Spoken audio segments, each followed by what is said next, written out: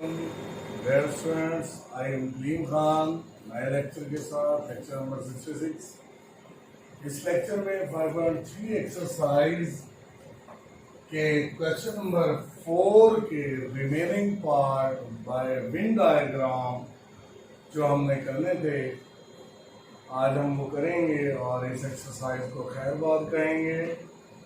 आइए इस एक्सरसाइज में हम डिस्कस करते हैं क्वेश्चन नंबर 4।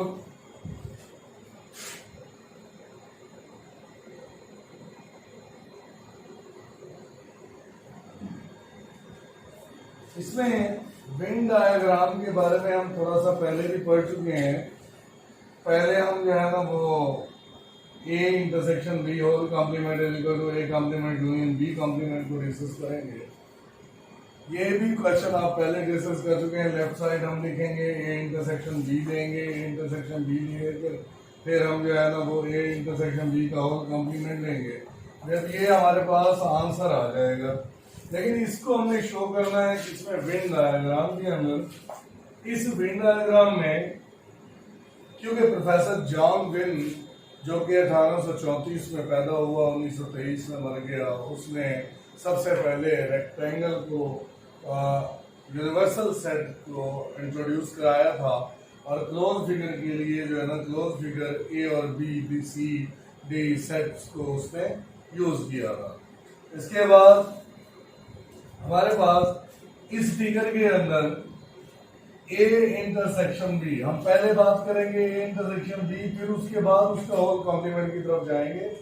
तो ए इंटरसेक्शन बी को क्योंकि ए सेट और बी सेट में ये पार्ट जो है ना वो इंटरसेक्ट कर रहा है, तो इस इंटरसेक्शन पार्ट को मैंने इस तरह से डिनोट कर दिया और उसके बाद उसका कॉम्प्लीमेंट। इसके अलावा बाकी जो भी हिस्सा है वो उसका कॉम्प्लीमेंट है, यानी कि ये जो लाइंस हैं स्लॉट लाइंस, ये सारी की सारी A intersection B whole complement को शो कर रही है।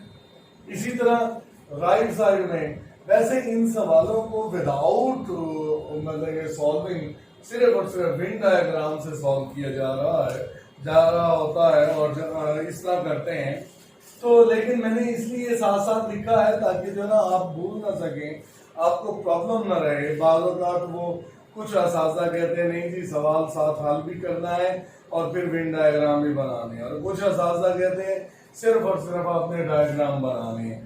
तो फिर आपने दोनों ही मेथड से सीख लेना है और जो आपको सूटेबल रहे वही आप कर दीजिएगा। अब यहाँ पर ए कॉम्प्लीमेंट बी कॉम्प्लीमेंट यानी U minus B U minus A ये आप निकाल लें। हम बात करेंगे यहाँ कॉम्प्लीमेंट के हवाले से।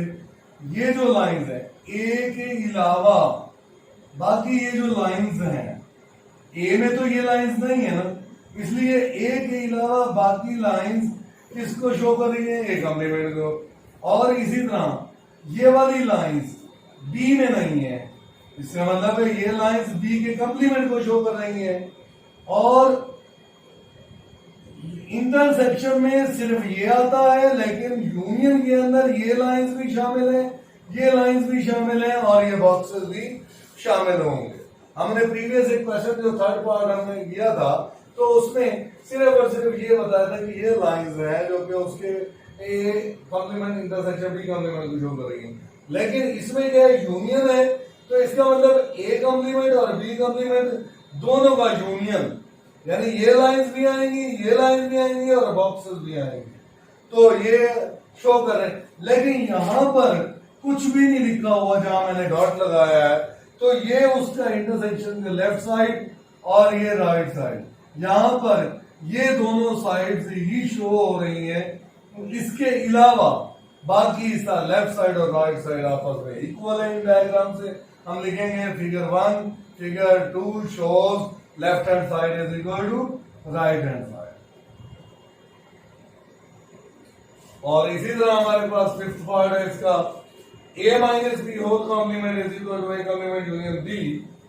लेफ्ट साइड को आप हल करें, ए माइनस बी मालूम करें, फिर ए माइनस बी का कॉम्प्लीमेंट यानी U minus A minus B करें, तो ये हम सबसे पहले ए माइनस बी की तरफ आते हैं।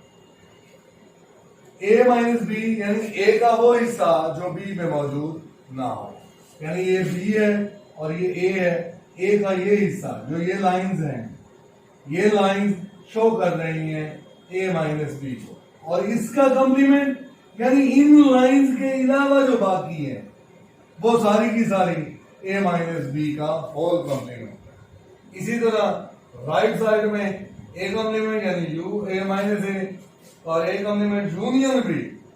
अब ए कॉम्प्लीमेंट ए के अलावा बाकी हिस्सा, ठीक है ना, ये वाली लाइंस शो कर रही हैं ए का कॉम्प्लीमेंट ए के अलावा बाकी हिस्सा। फिर एंड ए कॉम्प्लीमेंट और यूनियन बी भी पूरा शामिल हो और ए का कॉम्प्लीमेंट ए के बाहर वाला और प्लस यू ए बी भी, यानी ये लाइंस भी और साथ में बॉक्सेस भी, यानी कि ये तीनों जो है ना वो ए कॉम्प्लीमेंट यूनियन बी को शो कर रही हैं। तो इस सूरत में हमारे पास लेफ्ट साइड में भी सिवाय इन लाइनों के बाकी जो रेड वाली लाइंस हैं ये वाला हिस्सा, और इसमें सिवाय इसके ए के बाकी सारे की सारी लाइंस ये शो कर रही हैं कि लेफ्ट साइड और राइट साइड दोनों क्या है, इक्वल है। तो डियर स्टूडेंट्स, ये था आज के इस लेक्चर में वेन डायग्राम, और वेन डायग्राम की मदद से हमने कुछ सवालात को प्रीवियस लेक्चर में भी किया और इस लेक्चर में भी किया, और मैं समझता हूँ कि मैं उम्मीद करता हूँ कि आपको समझ आ गई होगी। हाँ, यहाँ एक बात काबिल गौर है, जरा तवज्जो कीजिएगा कि वेन डायग्राम जब आप बनाने लगे तो उसमें आप सेट को देखकर ही बनाएंगे। मैंने पहले पिछले लेक्चर में ये बात नोट की थी कि यूनिवर्सल सेट को तो उसने खुद यूज किया, रेक्टेंगल को यूनिवर्सल सेट का ए और बी, एक ए सेट है और एक बी सेट। अच्छा, यूनिवर्सल सेट तो वैसे और इस तरह भी होते हैं ए और बी, और इस तरह भी होते हैं, ये ए हो गया ये बी हो गया। हमने कौन सी फिगर चूज कर दी है इस सवालों में? इन सवालों में तो हमने ये फिगर चूज की। क्यों की है? हमने इसको क्यों नहीं किया, हमने इसको क्यों नहीं किया? हाँ, ये फिगर उस वक्त चूज की जाती है जब आपके पास ए और बी जो दो सेट हैं वो आपस में एक दूसरे जैसे ना हो, यानी वो डिसजॉइंट हो, एक के एलिमेंट दूसरे में ना हो, दूसरे के एलिमेंट पहले में ना हो।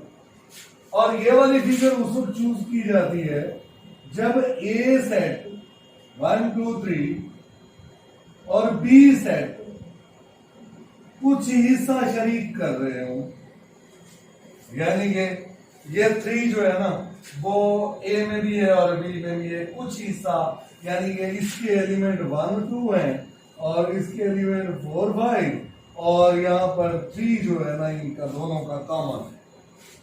तो इसमें क्या था, 1 और 2 इधर थे और 3 और 4 इधर थे, दोनों डिसजॉइंट थे, वो आपस में एक दूसरे को नहीं देख रहे थे, आपस में एक दूसरे से ओवरलैप नहीं कर रहे थे। ये ओवरलैपिंग है और ये डिसजॉइंट है, और ये है सबसेट्स, यानी ये ए के तमाम एलिमेंट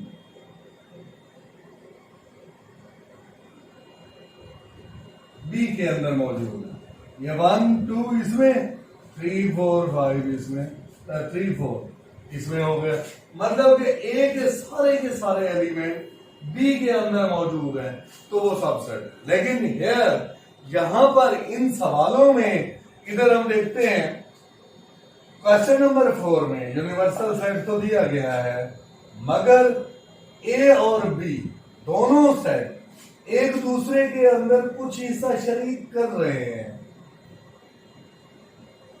3 और 5 ऐसे एलिमेंट हैं जो एक दूसरे के अंदर वो आपस में शरीक कर रहे हैं। तो जब एक दूसरे के अंदर शरीक कर रहे हैं तो इसके लिए हम डायग्राम ओवरलैपिंग वाली चूज करेंगे।